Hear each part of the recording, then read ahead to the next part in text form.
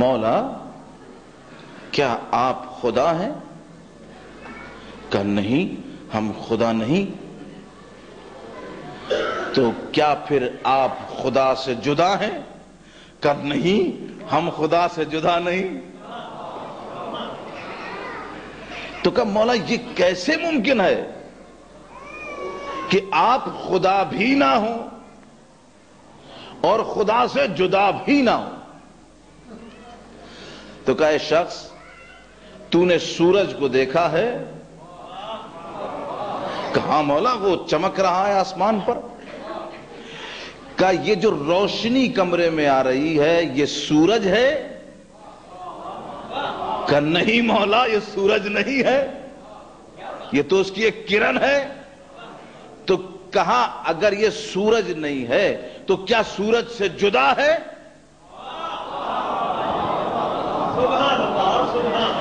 تو کہا نہیں مولا یہ سورج سے جدا بھی نہیں، یہ سورج کی کرن ہے۔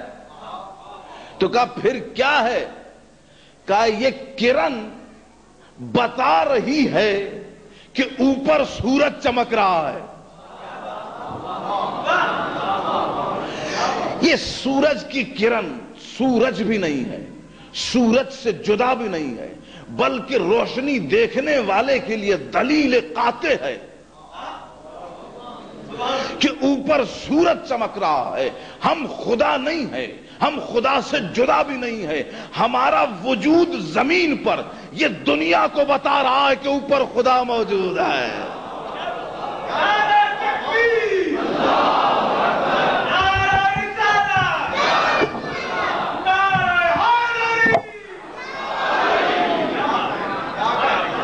ہمارا وجود بتا رہا ہے کہ ہم دلیل ہیں خدا کی۔ اگر ہم نہ ہوتے تو دنیا خدا کو نہیں پہچان سکتی تھی۔ کیوں؟ ہم آئینہ پروردگار ہیں۔ بہت بڑے مفسر حضرت جواد آملی صاحب، بہت بڑی مفسر، کئی برس سے تفسیر کا درس فرما رہے ہیں، کہتے کسی نے سوال کیا آغا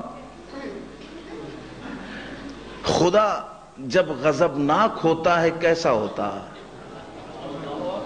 بہت توجہ کے ساتھ سماعت فرمائیے۔ خدا جب غضبناک ہوتا ہے تو کیسی کیفیت ہوتی ہے خدا کی؟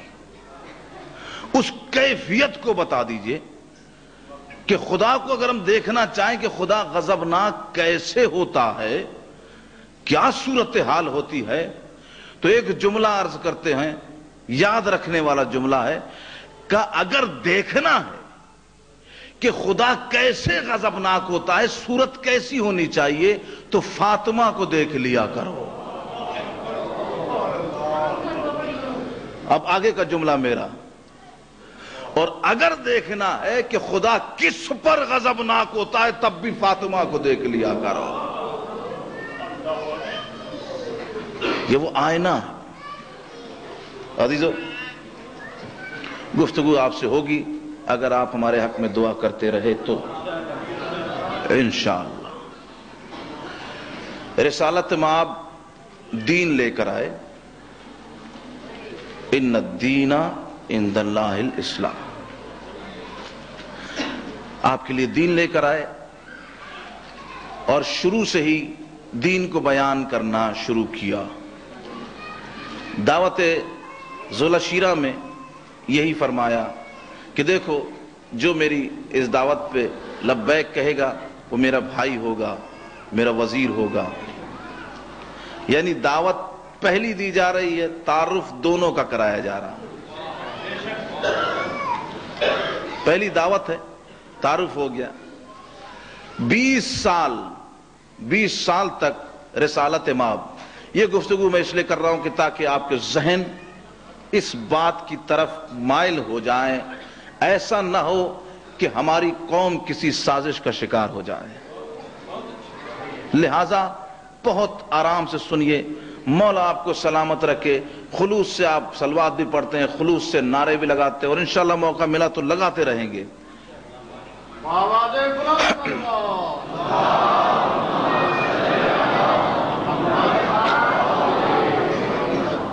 لیکن مزہ اس وقت آئے گا جب آپ کا پورا وجود نعرہ بن جائے. یعنی آپ کو دیکھ کر انسان کا یا علی مدد ایسا ہونا چاہیے. بہت توجہ کے ساتھ سمجھ آئے. یہ کیا ہوا,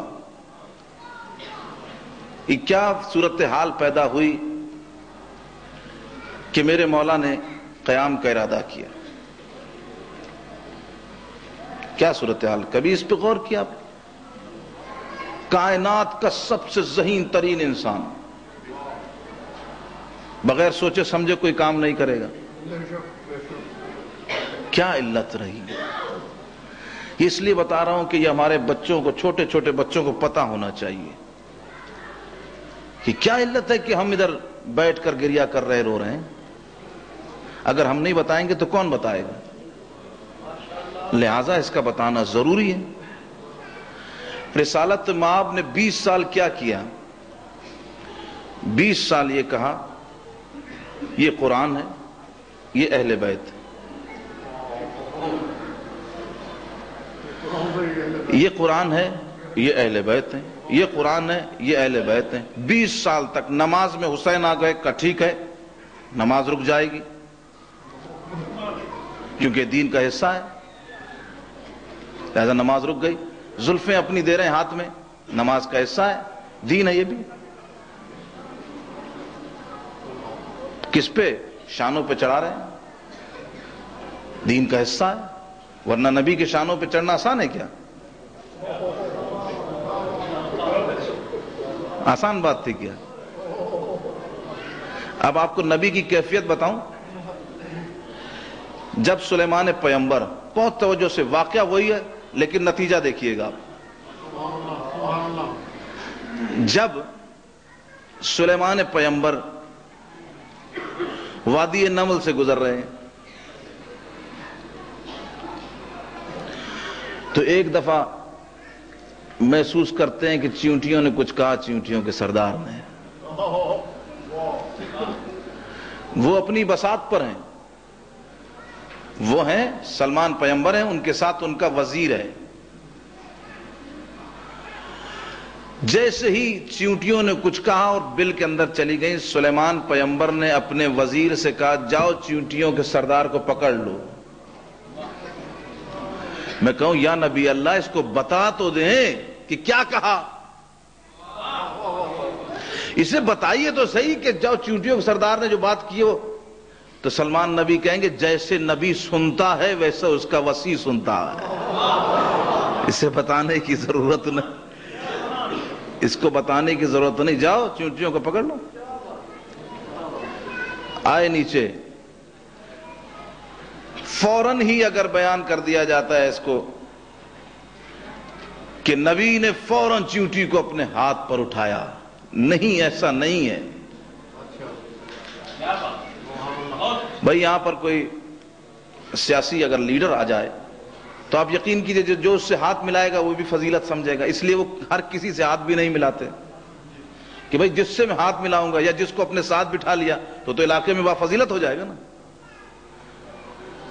یا مثلا کوئی عالم دین آتے ہیں بڑے, تو ان کے ساتھ کوئی آتا ہے تو آدمیوں کی نظر میں اس کی عزت ہو جاتی ہے کہ یار یہ بھی عالم دین کے ساتھ بیٹھا ہوا تھا. تو ایک عام زندگی رکھنے میں اگر کسی با فضیلت شخصیت کے ساتھ بیٹھا جائے, اٹھا جائے, ہاتھ ملا لیا جائے تو شخصیت با فضیلت ہو جاتی ہے. تو یہ نبی کو نہیں پتا تھا کہ اگر چیونٹی کو اٹھاؤں گا تو یہ با فضیلت ہو جائے گی, لہذا نبی نے نہیں اٹھایا. کیونکہ نبی ایسے اٹھاتا ہی نہیں, نبی پہلے فضیلت دیکھتا ہے پھر اٹھاتا ہے. پوچھا, یہ جو ہے نا ان دقیق نقطوں کو ذرا غور سے سماعت فرمائیے. پہلے فضیلت دیکھی جاتی ہے, ورنہ اگر ایسے ہی اٹھا لیا تو کہا علی کو بھی ایسے ہی اٹھا لیا تھا. اس لیے آپ کی خدمت میں عرض کر رہا ہوں, چیونٹیوں کے سردار سے پوچھا کیا کہہ رہی تھی تم؟ تم نے ہمارے بارے میں کوئی بات کی؟ کہ نہیں یا نبی اللہ، ہم تو تمام کی تمام تر چیونٹیاں، بہت توجہ، یہ آپ کے لیے اس مجلس کا پیغام ہے کہ کوئی فضیلت انسان کو نہیں مل سکتی جب تک وہ کچھ کر کے نہ دکھائے۔ چیونٹیوں سے پوچھ رہے ہیں، چیونٹیوں کے سردار سے، تم نے کیا کہا؟ کہ کچھ نہیں، آپ کے بارے میں کچھ نہیں کہا، بلکہ ہم تمام کی تمام چیونٹیاں اس وقت اللہ کی وحدانیت کا اقرار کر رہی تھیں۔ میں نے دیکھا آپ کا جلال، آپ کا حشم، جس جرأت سے آپ تشریف لا رہے تھے، میں نے چیونٹیوں سے کہا اندر چلی جاؤ، ایسا نہ ہو کہ سلیمان پیغمبر کا جلال دیکھ کر تم جو توحید خدا کا ورد کر رہی ہو وہ منقطع ہو جائے۔ یعنی مجھے کہنے دیجئے، اس لمحے جب چیونٹی نے یہ کہا اے اللہ کے نبی، ہم سب چیونٹیاں اللہ کا ورد کر رہی تھی، اللہ کی توحید کا اقرار کر رہی تھی، اس لیے میں نے مناسب نہیں سمجھا کہ آپ کے جاہ و جلال کو دیکھ کے یہ اپنا ورد چھوڑ دیں۔ نبی نے کہا تم نے اللہ کی وحدانیت کو بچایا، ذکر الہی کو محفوظ رکھا، لہذا نبی کے ہاتھ پر آ جاؤ۔ تو مسلمانوں سے کہنا یہ ہے کہ جو ذکر الہی کو محفوظ رکھے، اللہ کی توحید کو بچائے، وہ نبی کے ہاتھوں پر آتا ہے۔ جو دین کو بچائے، شریعت کو بچائے، اللہ کو بچائے، رسول کو بچائے، اگر شان رسول پر آ جائے تو کیا بات۔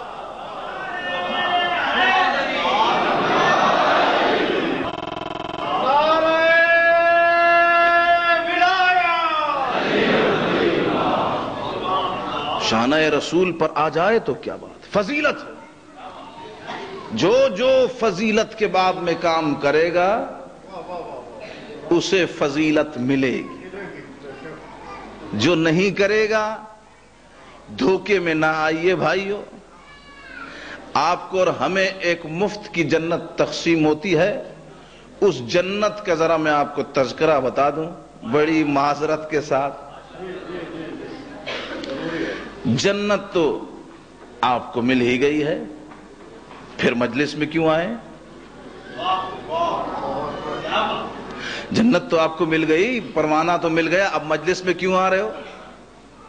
تو یہ دلیل ہے کہ جنت اور چاہیے، ابھی ملی نہیں ہے، صحیح نا؟ جس طرح نماز کو یہ کہہ کہ انسان چھوڑ دیتا ہے کہ جنت تو مل ہی گئی، اب نماز کیا پڑھنی؟ تو اگر ہمت ہے تو یہ کر کے دکھاؤ، جنت تو مل گئی، اب مجلس میں کیوں آ رہے ہو؟ جنت کیا؟ ایک روایت میں نے پڑھا جنت کے 6666 درجے ہیں، جتنی قرآن کی آیات ہیں اتنی جنت کے درجے ہیں۔ اب یہ جنت جو ہمیں ملی یہ کون سے درجے کی ہے؟ جو ہمیں دی جا رہی ہے، بانٹی جا رہی ہے جنت، کہ کچھ نہ کرو جنت تمہاری ہے، کچھ نہ کیجئے جنت آپ کی ہے۔ اور لازم ہے، یہ تو کہنے کی ضرورت ہی نہیں، جب آپ کو پتا چلا جنت مل گئی تو پھر کچھ کرنے کی۔ یہ سارے پیغامات کس لیے کیے جا رہے ہیں؟ نمازیں پڑھی جا رہی ہیں، روزے رکھے جا رہے ہیں، خمس ادا کیے جا رہے ہیں، زکوٰۃ دی جا رہی ہے، پردہ کیا جا رہا ہے، نیک اور صالح بنا جا رہا ہے، یہ جنت کے لالچ میں کیا جا رہا ہے نا۔ اگر میں کہوں جنت آپ کی ہوئی تو پھر اسے کرنے کی کیا ضرورت؟ اب آئیے،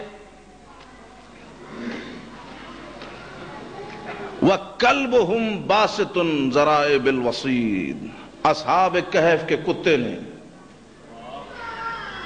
اصحاب کہف کی ایسی حفاظت کی ایسی حفاظت کی کہ اسے پروردگار جنت میں بھیجے گا. بہت توجہ کے ساتھ سمجھ رہے ہیں. حضرت ابراہیم نے